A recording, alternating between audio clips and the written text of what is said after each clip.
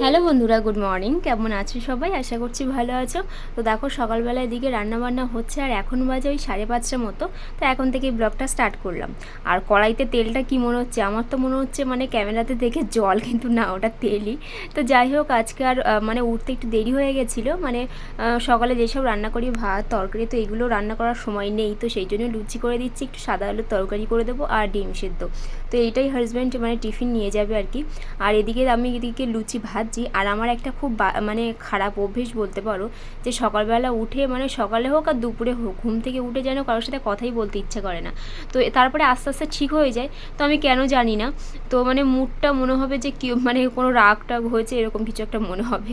তো চলো যাই হোক, একটা বাজে অভ্যেস আমার তোমাদের সঙ্গে শেয়ার করলাম। আর এদিকে দেখো পুকুর জন্য একটু ওটস করে নিয়েছি, আর আমি এদিকে চা করে নিয়েছি, আর এই যে বিস্কিট নিমকি এগুলোই। তো এগুলো খেয়ে এখন সকালে যা কাজ বাজ আছে কাজে লেগে পড়বো। তো তারপরে দেখো কাজ বাজ কিছু কমপ্লিট, মানে সবই কমপ্লিট করে নিয়েছি, খালি চানটা হয়নি। তো এদিকে দেখো একটা নতুন এই দুটো যে সাদা যে আসনটা দেখছো, দুটো চট একসাথে কেনা হয়েছিল। তো ওইটা আমি ঠাকুর ঘরের জন্য বানিয়েছি আসনটা, যেহেতু ঠাকুর ঘরে বসার জন্য, ওই জন্য লাল সাদা দিয়ে বানিয়েছি। আর এইটাতে দেখো ওই যে ছোটো ছোটো যে ফুল দেখতে পাচ্ছ, ওই আসনটায় ওই ছোটো ফুলগুলো এইটাতে তুলছি। তো একটু ভাবলাম যে একই কালার না করে একটু কালার কম্বিনেশন করি, তো কেমন হয় দেখি। তো একটা পিঙ্ক কালার দিয়েছি, একটা ইয়েলো কালার আর একটা অরেঞ্জ কালার দেবো, আর হোয়াইট দিয়ে ভরাট করব। তো দেখি কেমন হয়। একটু আলাদা আলাদা কালার করলে মানে আসনটা সেলাই করারও একটুখানি ইচ্ছেটা বেড়ে যায় আর কি। তো যাই হোক, একটা কালার দিয়ে করতে করতে না মানে একঘেয়েমি লাগে।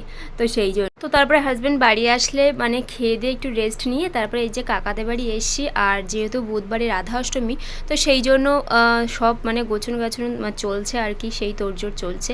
তো এদিকে এক সাইডে প্যান্ডেল করা হয়ে গেছে, আর এক সাইডে বাকি ছিল, তো সেটাই মানে এখন কাপড়টা টাঙাবে ওপরে আর কি। তো তারপরে হাজব্যান্ড আর কাকা মিলে যাবে বাজারে, কিছু বাজার বাকি আছে পুজোর, তো সেইগুলো করতে। আর একটুখানি করে রোদ বেরোচ্ছে, আবার বৃষ্টি হচ্ছে, মানে বিশ্বকর্মা পুজো না মিললে হয়তো বৃষ্টিও থামবে না। তো তারপর ওরা বাজারে চলে গেলে আমি এই যে বাড়ি চলে এসেছি, এসে রাত্রে রান্নাবান্নাও বসিয়ে দিয়েছি, রান্না হয়েও গেছে।